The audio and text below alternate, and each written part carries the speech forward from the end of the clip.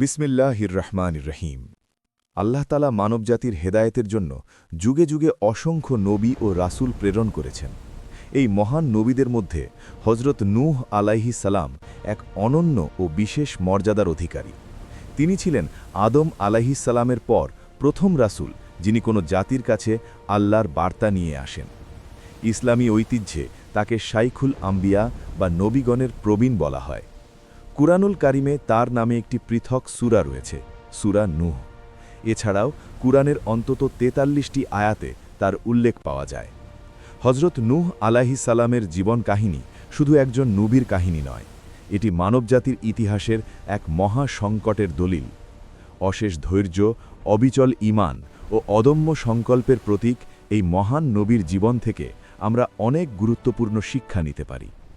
হজরত নূহ আলাইহিস সালামের পূর্ণ নাম নূহ ইবনে লামাক ইবনে মাতাও শালিক ইবনে ইদ্রিস আলাইহিস সালাম, অর্থাৎ তিনি ছিলেন হজরত ইদ্রিস আলাইহিস সালামের প্রপৌত্র। কুরআনে তার পিতার নাম উল্লেখ নেই, তবে বাইবেল ও ইসলামী ঐতিহাসিক বর্ণনায় তার পিতার নাম লামাক হিসাবে বলা হয়েছে। নূহ আলাইহিস সালাম হলেন হজরত আদম আলাইহিস সালামের ১০ম অথবা ৯ম বংশধর। বিভিন্ন বর্ণনায় এই সংখ্যায় কিছুটা পার্থক্য রয়েছে। ইসলামী পণ্ডিতদের মতে আদম আলাইহিস সালাম ও নূহ আলাইহিস সালামের মধ্যে ১০ প্রজন্মের ব্যবধান ছিল। এই দীর্ঘ সময়কালে মানুষ একেশ্বরবাদ থেকে সরে গিয়ে মূর্তি পূজা ও শিরকে নিমজ্জিত হয়ে পড়েছিল। হজরত নূহ আলাইহিস সালাম এমনই এক অন্ধকার সময়ে জন্মগ্রহণ করেছিলেন। হজরত নূহ আলাইহিস সালামের বয়স নিয়ে কুরআন ও হাদিসে বিস্তারিত বর্ণনা আছে। কুরআনে বলা হয়েছে তিনি তার জাতিকে দাওয়াত দিয়েছিলেন ৯৫০ বছর। এর বাইরেও তার জীবনের আরও বছর ছিল। এ থেকে বোঝা যায় যে তিনি অত্যন্ত দীর্ঘজীবী ছিলেন। ইসলামী বর্ণনা মতে তিনি সর্বমোট প্রায় ১৫০০ বছর জীবিত ছিলেন। আল্লাহ তাআলা নূহ আলাইহিস সালামকে নবুয়ত ও রিসালাতের দায়িত্ব দিয়ে তার কাউমের কাছে প্রেরণ করেন। সে সময় নূহ আলাইহিস সালামের জাতি মারাত্মকভাবে গোমরাহিতে নিমজ্জিত ছিল। তারা ওয়দ, সুয়া, ইয়াগুস, ইয়াউক এবং নাসার নামক ৫টি মূর্তির পূজা করত। এই মূর্তিগুলো মূলত ছিল সৎ ব্যক্তিদের নাম ও স্মৃতি, যাদেরকে কালক্রমে মানুষ দেবতায় পরিণত করেছিল। কুরআনে সূরা নূহে এই মূর্তিগুলোর নাম স্পষ্টভাবে উল্লেখ করা হয়েছে। তারা বলল, তোমরা তোমাদের উপাস্যদের পরিত্যাগ করো না, এবং ওয়াদ, সুয়া, ইয়াগুস, ইয়াউক ও নাসারকে পরিত্যাগ করো না। সূরা নূহ ২৩। এই মূর্তি পূজার পাশাপাশি তারা নানা প্রকার অনাচার, অবিচার ও পাপ কার্যে লিপ্ত ছিল। নূহ আলাইহিস সালাম আল্লাহর আদেশে তার জাতিকে একত্ববাদের দাওয়াত দিতে শুরু করলেন। তিনি তাদের বললেন, হে আমার জাতি, তোমরা আল্লাহর ইবাদাত করো, তিনি ছাড়া তোমাদের কোনো সত্যিকারের উপাস্য নেই। নিশ্চয়ই আমি তোমাদের জন্য এক মহা শাস্তির ভয় করছি। সূরা আরাফ ৫৯। নূহ আলাইহিস সালাম দিনে ও রাতে, প্রকাশ্যে ও গোপনে সর্বতোভাবে দাওয়াত দিয়েছিলেন। নূহ আলাইহিস সালামের দাওয়াতি কার্যক্রম ছিল অত্যন্ত বৈচিত্র্যময় ও সুপরিকল্পিত। তিনি বিভিন্ন পদ্ধতিতে তার জাতিকে সত্যের পথে আহ্বান জানিয়েছিলেন। কুরআনে তিনি নিজেই তার দাওয়াতের বিভিন্ন দিক তুলে ধরেছেন। তিনি বলেছেন, হে আমার প্রতিপালক, আমি আমার কাউমকে রাত দিন ডেকেছি, কিন্তু আমার আহ্বান তাদের পলায়নকেই বাড়িয়ে দিয়েছে। সূরা নূহ ৫-৬। দাওয়াতি পদ্ধতি হিসাবে তিনি প্রথমে ব্যক্তিগতভাবে প্রতিটি মানুষের সাথে কথা বলতেন, তারপর জনসমাবেশে প্রকাশ্য বক্তৃতা দিতেন। এর পাশাপাশি গোপনে ব্যক্তিগত আলোচনাও চালাতেন। তিনি তার দাওয়াতে ৩টি প্রধান বিষয়ের ওপর জোর দিতেন। ১. আল্লাহর ক্ষমা চাওয়া, ২. আল্লাহর অনুগত হওয়া এবং ৩. পার্থিব ও পারলৌকিক কল্যাণের প্রতিশ্রুতি। নূহ আলাইহিস সালাম তার কাউমকে বিশেষভাবে প্রাকৃতিক নিদর্শনের মাধ্যমে আল্লাহর অস্তিত্ব ও একত্ববাদের প্রমাণ দিতেন। তিনি বলতেন, তোমরা কি দেখছ না আল্লাহ কিভাবে সপ্ত আকাশ স্তরে স্তরে সৃষ্টি করেছেন এবং সেগুলোতে চাঁদকে করেছেন আলো এবং সূর্যকে করেছেন প্রদীপ। আল্লাহ তোমাদের মাটি থেকে উদ্গত করেছেন। সূরা নূহ ১৫-১৭। তার এই যুক্তিপূর্ণ দাওয়াত তাদের বিবেককে নাড়া দেওয়ার চেষ্টা করত। নূহ আলাইহিস সালামের দাওয়াতে তার জাতির প্রতিক্রিয়া ছিল অত্যন্ত নেতিবাচক ও বৈরী। তারা শুধু প্রত্যাখ্যানই করেনি, বরং তাকে নানাভাবে কষ্ট দিতে ও অপমান করতে শুরু করেছিল। কুরআনে তাদের বিরোধিতার বিভিন্ন দিক তুলে ধরা হয়েছে। তারা বলত, আমরা তোমাকে স্পষ্ট গোমরাহিতে দেখছি। সূরা আরাফ ৬০। বিশেষভাবে সমাজের ধনী ও নেতৃস্থানীয় শ্রেণী নূহ আলাইহিসসালামের বিরুদ্ধে সবচেয়ে বেশি সক্রিয় ছিল।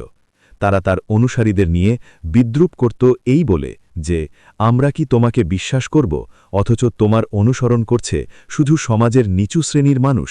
সূরা শুআরা ১১১।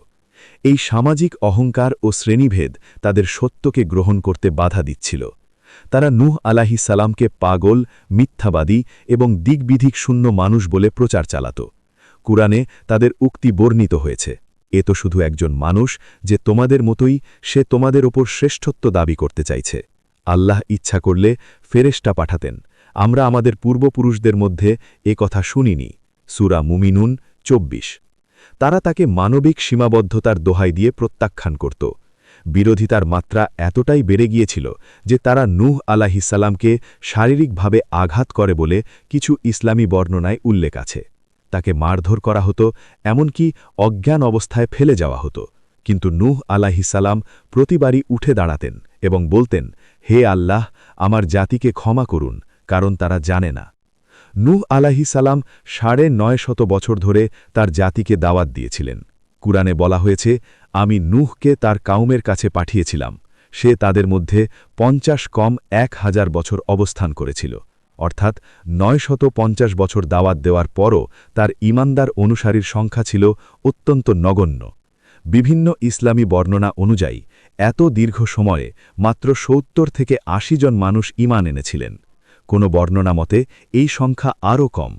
এই স্বল্প সংখ্যক ঈমানদার মূলত ছিলেন সমাজের দুর্বল, দরিদ্র ও সাধারণ শ্রেণীর। ক্ষমতাসীন ও ধনী শ্রেণী প্রায় সকলেই তার বিরোধিতা করে গেছে। এই পরিস্থিতি নূহ আলাইহিসসালামের জন্য ছিল অত্যন্ত কঠিন ও পরীক্ষামূলক। বিশেষভাবে লক্ষণীয় যে নূহ আলাইহিসসালামের নিজের পুত্র এবং স্ত্রীও ঈমান আনেননি। তার পুত্র কানান বা কেনান কাফিরদের সাথে থেকে গিয়েছিলেন। এটি নূহ আলাইহিসসালামের জন্য সবচেয়ে বড় ব্যক্তিগত কষ্টের উৎস ছিল। কুরআনে আল্লাহ এই দুই নারীর কথা উদাহরণস্বরূপ উল্লেখ করেছেন কাফিরদের পরিণতি সম্পর্কে বলতে গিয়ে। দীর্ঘ দাওয়াতের পর যখন আল্লাহ দেখলেন যে কাফিরদের হৃদয় সম্পূর্ণ বন্ধ হয়ে গেছে এবং তাদের পক্ষ থেকে আর ঈমান আনার কোনো সম্ভাবনা নেই, তখন তিনি নূহ আলাইহিসসালামকে ওহী করলেন যে, তোমার কৌমের মধ্য থেকে যারা ইতিমধ্যে ঈমান এনেছে তারা ছাড়া আর কেউ ঈমান আনবে না, সুতরাং তাদের কার্যকলাপে তুমি দুঃখিত হইও না। সূরা হুদ ৩৬। এরপর আল্লাহ তাআলা নূহ আলাইহিসসালামকে একটি বিশাল নৌকা বা সাফিনা নির্মাণের নির্দেশ দিলেন। কোরআনে এই নির্দেশের ভাষ্য এভাবে এসেছে, আমি তোমাকে নির্দেশ দিচ্ছি আমাদের তত্ত্বাবধানে ও আমাদের ওহীর মাধ্যমে একটি নৌকা নির্মাণ করতে। সূরা হুদ ৩৭। এই নৌকা নির্মাণ ছিল একটি ঐশী প্রকল্প যা বিশেষ উদ্দেশ্যে করা হয়েছিল। নূহ আলাইহিসসালাম নৌকা নির্মাণ শুরু করলে কাফিররা তাকে নিয়ে বিদ্রূপ করতে লাগল। তারা জিজ্ঞাসা করত, মরুভূমিতে বা পাহাড়ের কাছে নৌকা বানাচ্ছ কেন? পানি কোথায়? কোরআনে এই পরিস্থিতির বর্ণনা আছে। সে নৌকা তৈরি করছিল এবং যখনই তার কৌমের কোনো নেতা তার পাশ দিয়ে যেত, তারা তাকে নিয়ে ঠাট্টা বিদ্রূপ করত। সে বলত, তোমরা যদি আমাদের নিয়ে বিদ্রূপ করছ, তাহলে আমরাও তোমাদের নিয়ে বিদ্রূপ করব, যেমন তোমরা বিদ্রূপ করছ। সূরা হুদ ৩৮। নৌকার আকার আকৃতি নিয়ে বিভিন্ন ইসলামী পণ্ডিত বিভিন্ন মত দিয়েছেন। কেউ বলেন এটি ছিল ৩০০ গজ লম্বা, ৫০ গজ চওড়া এবং ৩০ গজ উঁচু। কেউ বলেন এটি ৩ তলা বিশিষ্ট ছিল। নৌকাটির নাম ছিল সাফিনাতুন নূহ বা নূহের নৌকা, যা ইতিহাসে মহাপ্লাবনের জাহাজ হিসেবে পরিচিত। নৌকা নির্মাণ সম্পন্ন হলে আল্লাহ তাআলা মহাপ্লাবনের ইঙ্গিত দিলেন।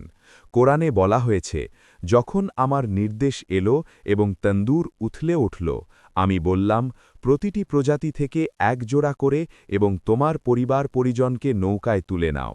সূরা হুদ ৪০। তন্দুর উথলে উঠল বলতে বোঝায় ভূমির নির্দিষ্ট স্থান থেকে পানি উপচে পড়া শুরু হয়েছিল। এটি ছিল মহাপ্লাবনের সূচনার নিশানি।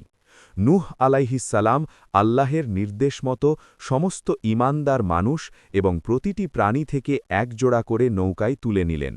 নৌকায় ওঠার সময় তিনি বললেন, আল্লাহের নামে এর যাত্রা শুরু হোক এবং এর নঙর করাও হোক। সূরা হুদ ৪১। এই দোয়া মুসলমানদের কাছে অত্যন্ত গুরুত্বপূর্ণ একটি দোয়া হিসেবে বিবেচিত হয়। এরপর শুরু হল ইতিহাসের সবচেয়ে ভয়াবহ প্রাকৃতিক দুর্যোগ, মহাপ্লাবন। আকাশ থেকে অবিরাম বৃষ্টি বর্ষিত হল এবং ভূমির উৎস থেকে পানি উথলে উঠতে লাগল। চারদিক পানিতে ডুবে গেল। উঁচু পাহাড়ও তলিয়ে গেল জলের নিচে। পৃথিবীর প্রতিটি কোণে পানি আর পানি। সমস্ত কাফির, অত্যাচারী ও জালিম মানুষ এই মহাপ্লাবনে ধ্বংস হয়ে গেল। এই সময় এক হৃদয়বিদারক ঘটনা ঘটল। নূহ আলাইহিসসালামের পুত্র কানান পাহাড়ের দিকে পালাতে লাগল। নূহ আলাইহিসসালাম তাকে ডাকলেন, হে আমার পুত্র, আমাদের সাথে আরোহণ করো এবং কাফিরদের সাথে থেকো না। কিন্তু সে উত্তর দিল, আমি শীঘ্রই একটি পাহাড়ে আশ্রয় নেব যা আমাকে পানি থেকে রক্ষা করবে। নূহ আলাইহিসসালাম বললেন, আজ আল্লাহের আদেশ থেকে কেউ রক্ষা করতে পারবে না, তার রহমত যার ওপর পড়বে তিনি ছাড়া। অতঃপর ঢেউ এসে তাদের মাঝখানে পড়ল এবং কানান ডুবে গেল। সূরা হুদ ৪২-৪৩। পুত্রের ডুবে যাওয়া নূহ আলাইহিসসালামের মনে গভীর শোকের সৃষ্টি করল। তিনি আল্লাহের কাছে মুনাজাত করলেন, হে আমার প্রতিপালক, আমার পুত্র তো আমার পরিবারের অন্তর্ভুক্ত এবং নিশ্চয়ই আপনার প্রতিশ্রুতি সত্য এবং আপনিই সর্বোত্তম বিচারক। সূরা হুদ ৪৫। নূহ আলাইহিসসালাম ভেবেছিলেন যে আল্লাহ তার পরিবারকে রক্ষা করার প্রতিশ্রুতি দিয়েছিলেন, তাই তিনি পুত্রের মুক্তির প্রার্থনা করেছিলেন। আল্লাহ তাআলা নূহ আলাইহিসসালামকে উত্তর দিলেন, হে নূহ, সে তোমার পরিবারের অন্তর্ভুক্ত নয়, কারণ তার কর্মকাণ্ড অসৎ। সুতরাং এমন কথা আমার কাছে চেও না যে সম্পর্কে তোমার জ্ঞান নেই। আমি তোমাকে সতর্ক করছি, অজ্ঞদের অন্তর্ভুক্ত হইও না। সূরা হুদ ৪৬। এই আয়াত প্রমাণ করে যে আল্লাহের কাছে পারিবারিক সম্পর্কের চেয়ে ঈমান ও সৎকার্য বেশি গুরুত্বপূর্ণ। নূহ আলাইহিসসালাম তাৎক্ষণিকভাবে নিজের ভুল বুঝতে পেরে আল্লাহের কাছে ক্ষমা প্রার্থনা করলেন, হে আমার প্রতিপালক, আমি যে ব্যাপারে জ্ঞান নেই সেটা চাওয়া থেকে আপনার কাছে পানাহ চাই। আপনি যদি আমাকে ক্ষমা না করেন এবং রহম না করেন, তবে আমি ক্ষতিগ্রস্তদের অন্তর্ভুক্ত হব। সূরা হুদ ৪৭। এই দোয়া নবীগণের বিনয় ও আল্লাহ ভীতির উজ্জ্বল নিদর্শন। মহাপ্লাবন তার কাজ শেষ করল। সমস্ত অবিশ্বাসী ধ্বংস হয়ে গেল। তারপর আল্লাহের আদেশে পানি সরে যেতে লাগল। কোরআনে বলা হল, হে পৃথিবী, তোমার পানি গিলে নাও, এবং হে আকাশ, থামো। পানি হ্রাস পেল, নির্দেশ কার্যকর হল এবং নৌকা জুদি পর্বতের ওপর স্থির হল। সূরা হুদ ৪৪। জুদি পর্বতের পরিচয় নিয়ে মতভেদ আছে। কেউ বলেন এটি তুরস্কে, কেউ বলেন কুর্দিস্তানে। নৌকা থামার পর আল্লাহ তাআলা নূহ আলাইহিসসালামকে নৌকা থেকে নামার নির্দেশ দিলেন এবং বললেন, হে নূহ, আমার পক্ষ থেকে শান্তি নিয়ে অবতরণ করো এবং তোমার সাথে যে জাতিগুলো রয়েছে তাদের ওপরও বরকত দেওয়া হোক। সূরা হুদ ৪৮। এটি ছিল নতুন মানব সভ্যতার সূচনালগ্ন। নূহ আলাইহিসসালামের সাথে যারা ছিলেন তাদের থেকেই পরবর্তী মানবজাতি বিস্তার লাভ করেছে। ইসলামী ঐতিহ্য অনুযায়ী মহাপ্লাবনের পর নূহ আলাইহিসসালাম আরও কয়েকশো বছর জীবিত ছিলেন। তিনি তার সাথে থাকা ঈমানদারদের নিয়ে নতুন সমাজ গড়ে তুললেন। তার পুত্র শাম, হাম ও ইয়াফিস থেকে পরবর্তীকালে বিভিন্ন জাতি ও গোষ্ঠীর জন্ম হয়েছে বলে ইসলামী ঐতিহাসিকরা মনে করেন। নূহ আলাইহিসসালামের পরিবারের সম্পর্কে কোরআন ও হাদিসে কিছু তথ্য পাওয়া যায়। তার স্ত্রীর নাম বিভিন্ন বর্ণনায় ওয়াহিলা বা ওয়ালিয়া বলা হয়েছে। তিনি ঈমান আনেননি এবং কাফিরদের সাথে মহাপ্লাবনে ডুবে গেছেন। কোরআনে সূরা তাহরিমে বলা হয়েছে, আল্লাহ কাফিরদের উদাহরণ দিয়েছেন নূহের স্ত্রী এবং লুতের স্ত্রীর। তারা আমাদের দুজন নেককার বান্দার অধীনে ছিল, কিন্তু তারা তাদের বিশ্বাসঘাতকতা করেছিল। সূরা তাহরিম ১০। নূহ আলাইহিসসালামের পুত্রদের নাম শাম, হাম, ইয়াফিস বা জাফেত এবং কানান। প্রথম তিনজন নৌকায় ছিলেন এবং মহাপ্লাবন থেকে রক্ষা পেয়েছেন। কনিষ্ঠ পুত্র কানান ঈমান আনতে অস্বীকার করেছিল এবং মহাপ্লাবনে ডুবে গেছিল। শাম থেকে আরব ও সেমিটিক জাতিসমূহ, হাম থেকে আফ্রিকান জাতিসমূহ এবং ইয়াফিস থেকে ইউরোপীয় ও তুরানীয় জাতিসমূহের উৎপত্তি হয়েছে বলে অনেক ইসলামী ঐতিহাসিক মনে করেন। নূহ আলাইহিসসালামের সন্তানদের মধ্যে কানাআনের ঘটনা মর্মস্পর্শী। পিতার অসীম ভালোবাসা ও দাওয়াতেও সে ঈমান আনেনি। এই ঘটনা থেকে প্রমাণিত হয় যে হেদায়েত আল্লাহের পক্ষ থেকে দেওয়া হয়। পার্থিব সম্পর্ক বা পারিবারিক বন্ধন ঈমানের বিকল্প নয়। একই শিক্ষা পাওয়া যায় হজরত ইব্রাহিম আলাইহিসসালাম এবং তার পিতার সম্পর্কের ক্ষেত্রেও।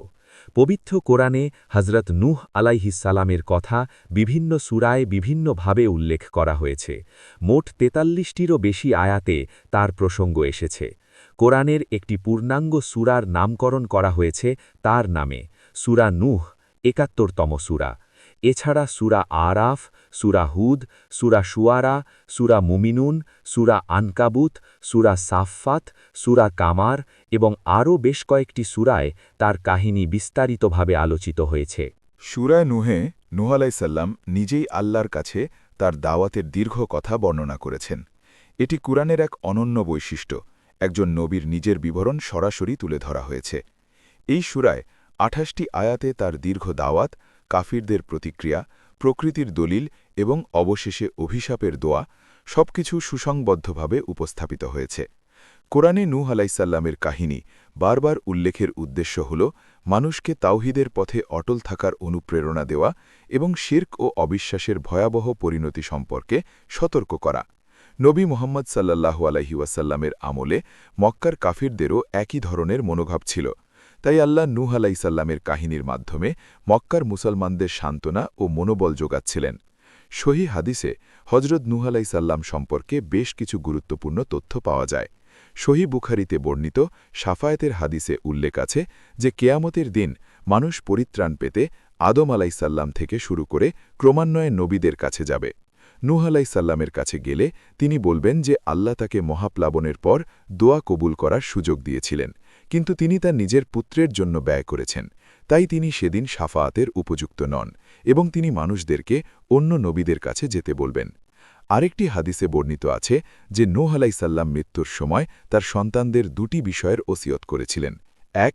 সবসময় লা ইলাহা ইল্লাল্লাহ পড়তে থাকা এবং ২. সুবহানাল্লাহি ওয়া বিহামদিহি পড়া, কারণ এই তাসবিহ হল সমস্ত সৃষ্টির নামাজ ও তাসবিহ। ইসলামী ঐতিহ্যে নূহ আলাইহিসসালামকে আবুল বাশারিস সানি বা দ্বিতীয় আদম বলা হয়, কারণ মহাপ্লাবন পরবর্তী মানবজাতির বিস্তার তার বংশ থেকেই পুনরায় হয়েছে। প্রথম আদম আলাইহিসসালাম যেমন মানবজাতির পিতা, তেমনি নূহ আলাইহিসসালাম হলেন মহাপ্লাবন পরবর্তী মানবজাতির পূর্বপুরুষ। নূহ আলাইহিসসালামের মৃত্যু সম্পর্কে কোরআনে সরাসরি উল্লেখ নেই, তবে ইসলামী বর্ণনা মতে তিনি অত্যন্ত দীর্ঘজীবী ছিলেন। মৃত্যুর সময় ফেরেশতা এলে তিনি জিজ্ঞাসা করেছিলেন, দুনিয়া কেমন লাগল? তিনি উত্তর দিয়েছিলেন, এটি যেন দুটি দরজা বিশিষ্ট একটি ঘর। একটি দরজা দিয়ে প্রবেশ করলাম, আরেকটি দরজা দিয়ে বেরিয়ে গেলাম। এই বর্ণনাটি দুনিয়ার ক্ষণস্থায়িত্বের একটি সুন্দর রূপক। মৃত্যুর আগে তিনি তার সন্তানদের তাওহীদের উপর অবিচল থাকার এবং কোনো অবস্থাতেই শিরক না করার জোর ওসিয়ত করে গেছেন। দীর্ঘজীবনে যে শিরকের বিরুদ্ধে লড়াই করেছেন, মৃত্যুতেও সেই শিরক মুক্ত জীবনের ডাক দিয়ে গেছেন। হজরত নূহ আলাইহিসসালামের অনন্য সাধারণ জীবন থেকে আমরা অনেক মূল্যবান শিক্ষা গ্রহণ করতে পারি। প্রথমত ধৈর্যের শিক্ষা। ৯৫০ বছর ধরে দাওয়াত দিয়ে যাওয়া এবং প্রতিকূলতায় অটল থাকা অধৈর্য মানুষের পক্ষে কল্পনা করাও কঠিন। তার এই অবিচল ধৈর্য আমাদের শেখায় যে সত্যের পথে কাজ করতে হলে দীর্ঘমেয়াদী দৃষ্টিভঙ্গি রাখতে হয়। দ্বিতীয়ত তাওয়াক্কুলের শিক্ষা। মরুভূমিতে নৌকা বানানো, হাজারো মানুষের বিদ্রূপ সহ্য করে কাজ চালিয়ে যাওয়া, এটি সম্পূর্ণ আল্লাহর উপর ভরসার নিদর্শন। তৃতীয়ত বিনয়ের শিক্ষা। পুত্রের জন্য দোয়া করতে গিয়ে সামান্য ভুল হলে আল্লাহর সাথে সাথে সংশোধন করেছিলেন এবং নূহ আলাইহিসসালাম তাৎক্ষণিকভাবে ক্ষমা চেয়েছিলেন। এটি মহানুভবতার পরিচয়। চতুর্থত পারিবারিক সম্পর্কের সীমাবদ্ধতার শিক্ষা।